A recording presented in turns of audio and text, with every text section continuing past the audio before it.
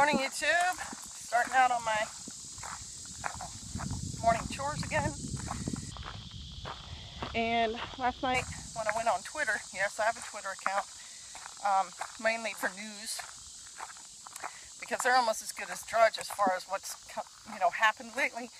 I noticed another attack, this time in London, and somebody knifed people, killed a 65-year-old American woman, wounded 5 others. Just long, number of attacks, as we've already talked about in previous videos over this summer. You get just as many people saying, and they have a certain point, that there's plenty of peaceful Muslims living all around the world, not bothering anybody. Yes, there are. But there are just that many within their ranks who are attacking people regularly. And the thing about it is, it's in the Quran that they can attack and kill non-believers. And it's a blessing for them. You may say, Christians have killed as many or more people than Muslims. True, but it does not specifically say in the Christian Bible, kill somebody. As a matter of fact, it says specifically, thou shalt not commit murder. Now, murder is, a pre-planned attack one individual on another for whatever reason.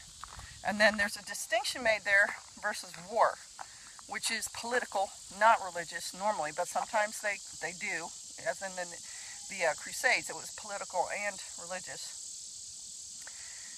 But in general, war is men against men, which culturally for us is acceptable, because men get mad at each other and want to kill each other, and they do it all the time, whether it's in the name of religion or not. I mean, there's how many murders going on in our big cities these days, places like Chicago and DC and Philadelphia, Detroit. Has nothing religious or political going on there. It's purely cultural, and that men are, competing over drugs or drinking or getting into arguments over things. I couldn't even tell you the reasoning behind some of them, but it happens anyway. So in a perfect world, you have nobody killing anybody. That is according to the Christian Bible. Thou shalt not commit murder. And I'm not sure about other religions. I know with like Buddhism, I don't know if there's a specific tenet that says you won't kill anybody. What I know about Buddhism is it says, your deeds from this life are going to carry over into the next life. So if you do kill somebody in this lifetime, you're going to have a bad thing happen to you in your next lifetime, or even in this one. But specifically, thou shalt not kill, that's Christian. That's not Muslim. Muslim is, if you kill an infidel, you get 72 virgins or whatever. And because their religion condones it, then it does spill over into their cultural and political lives, and you do get Muslims who are just killing people because they're not Muslim. And the other thing about the past is the past. That is not directly affecting what is happening in your life and in the lives of your children and your parents right now. What is right now happening is Muslims right now, for whatever reason, are declaring jihad against non-Muslims and are killing them in our lifetime, in our time. So the idealistic, the world could be a better place if everyone stopped, or it ought to be a better place, or if we just enact certain laws, it'll stop, is idealistic thinking. It's not realistic thinking. Realistic thinking is they are killing people now because of their religion, and we need to stop that now. However they come about to do it, we have to stop that. And so what can you do? Well, as governments, you can arrest these people. But what are our governments doing right now? They're in idealism land. We are helping their refugees. We are allowing them to come into our countries. sorry, people who are saying, well, that's the kind thing to do. What is a result of that going on? Look at Germany. They let all these Syrian refugees, who were a lot of them male and a lot of them between 30 and 50, into their country, and now they've got a rise in crimes being done by these men. It doesn't just stop there, though. The reality is the proven model, not a theory, is if you let them stay, eventually they foment rebellion. And France is a perfect example of that, because France let in Muslim refugees way back at like the beginning of the first Gulf War, which is, 20 years ago now.